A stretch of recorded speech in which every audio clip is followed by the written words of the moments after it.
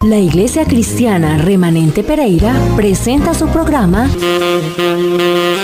Tu familia vale la pena, con el pastor y psicólogo familiar Juan Carlos Villa. Bienvenidos. Muy buenos días, qué bueno estar aquí en su programa Tu familia vale la pena. La verdad es que es de gran bendición poder a través de esta maravillosa emisora transmitir esta palabra que tanto puede restaurar, bendecir a personas que han sufrido el abuso sexual. Quiero que usted tome nota, y si usted ha sufrido de abuso sexual, usted pueda comunicarse conmigo al 310-560-2263, 310-560-2263, y poderle ayudar a enfrentar, a superar este abuso sexual con la ayuda del Señor. Cuando uno se acerca a la Escritura para hablar de este tema, y en muchas conferencias donde hemos podido hablar y tratar de esos temas, uno se asombra cómo la Biblia habla de casos tan específicos, como un hermano se enamora de una hermana, cómo él busca, la intención de él era poder tomarla, tanto que ella llega a decirle: mira, pídeme a papá y a mamá, yo no tengo problema, y lo que ellos digan. Pero este hombre finge luego estar enfermo, y al fingir estar enfermo, él puede tomarla, asir de ella, dice la Escritura, y violarla. Y ella le hace una pregunta, antes de ser violada, ella le dice: mira, después de que tú me violes, ¿a dónde me iré con mi vergüenza? ¿A dónde me iré con mi afrenta? Y él no hace caso a ello, y dice la palabra del Señor que en el versículo 2 de Samuel, capítulo 13, versículo 7, dice: y David envió a Tamar a su casa, a casa de Amnón, diciendo: ve ahora a la casa de tu hermano y hazle de comer porque está enfermo. Y todo esto era una patraña, esto era una maquinación, esto era una enfermedad en el corazón de Amnón. Yo quiero decirle algo que es importante, y esto se lo digo a nivel de ciencia. Ningún abusador se sana a menos de que Dios haga una obra en él. Ninguno. No hay, escúcheme, no hay terapia, no hay proceso psicológico que pueda sanar a un abusador sexual. No lo hay, porque estos son raíces de iniquidad profundas en el corazón del hombre. Entonces muchas personas a veces me llaman y me preguntan, y aún estas personas han sido también abusadores. Yo digo que una de las cosas que más me ha costado a mí ha sido atender a abusadores, y no porque no crean la gracia de Dios, sino porque es que yo a los 9 años fui abusado, y de los 9 a los 13 años fui abusado todo ese tiempo. Y usted ahora va a ver las estadísticas en Colombia, lo que pude investigar para este tema, y uno se queda sorprendido de la cantidad de abusos y de dónde vienen la mayoría. El 90% de los abusos vienen de dentro del núcleo familiar. Viene por padrastros, el 90% de los abusos viene por tíos, viene por primos, viene por hermanos y viene por padres.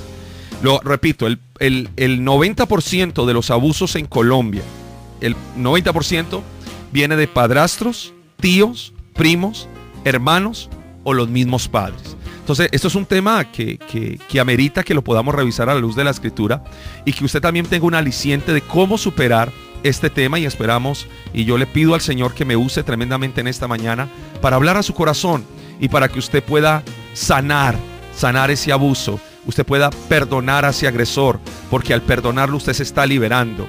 Entonces, bueno, va a ser un tema muy, muy, muy interesante.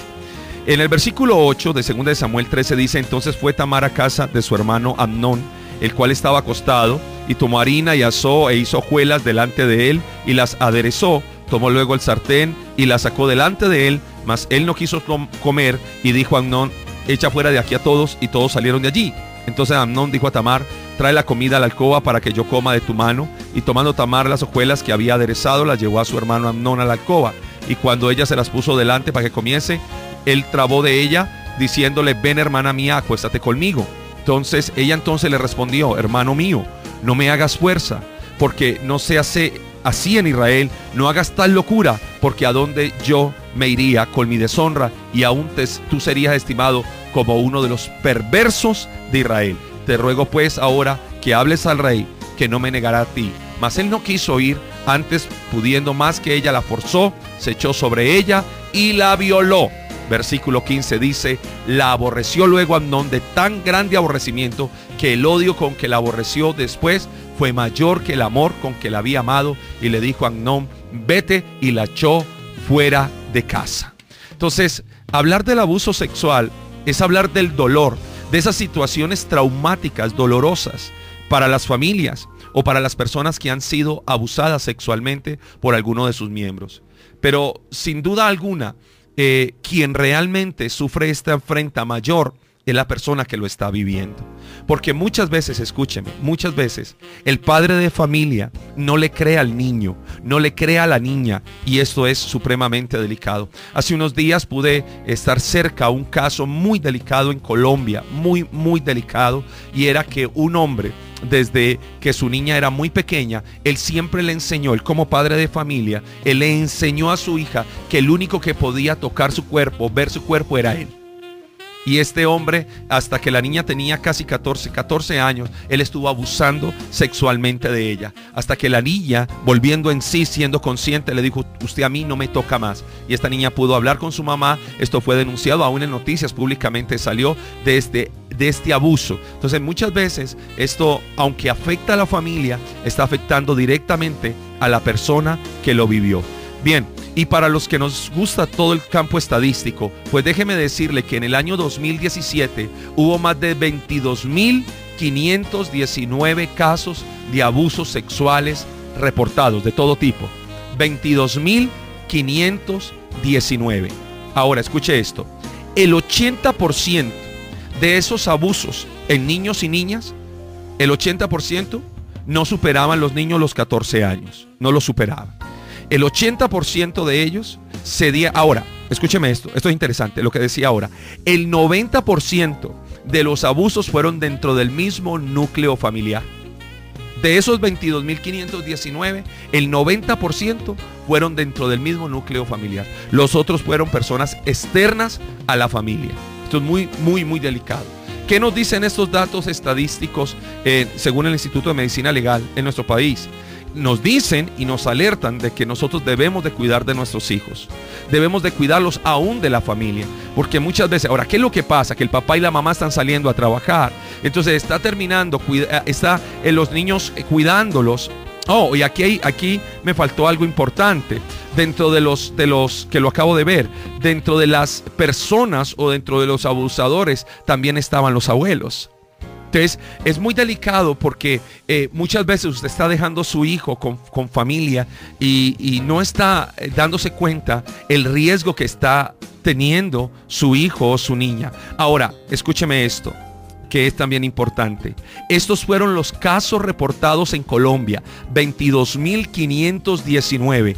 Ahora, los casos que no han sido reportados se creen que es mayor a esa cifra. Porque en el caso mío, cuando yo voy a atender a un niño, yo hago una pregunta: si alguien le ha tocado, si alguien ha intentado violentarlo. Porque muchas veces dentro de la familia se oculta el abuso porque no quieren que el tío vaya a la cárcel, porque no quieren que el sobrino vaya a la cárcel, porque no quieren que el abuelo vaya a la cárcel, o el papá vaya a la cárcel, o el padrastro. Pero estos temas son extremadamente delicados. Hay personas que han permanecido, y yo creo que este es el caso de muchas personas que me están escuchando, y es que muchas personas han permanecido en silencio por años, no han dicho nada. No han hablado y llevan esa pena, llevan ese dolor por dentro. Ahora, ¿cómo identificar que mi hijo, para que tome nota por favor, cómo identificar que mi hijo o mi hija están siendo abusados sexualmente? Entonces hay unos comportamientos físicos y psicológicos de los cuales usted puede identificarlos. Número 1, cambios repentinos y bruscos de conducta. Cambios repentinos y bruscos de conducta.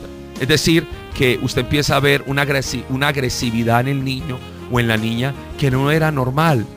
2, intentos suicidas. Entre ellos, a veces cuando nosotros revisamos la práctica del cutting, que usted sabe que es una práctica que utilizan los jóvenes para cortarse las muñecas y las piernas a nivel de la ingle. Entonces, Muchas veces cuando esto está pasando es bueno que lo podamos revisar. 3, que ellos empiezan a caer en estados depresivos. 4, que hay un cambio alimenticio notable, es decir, que ya casi no come, que perdió el apetito.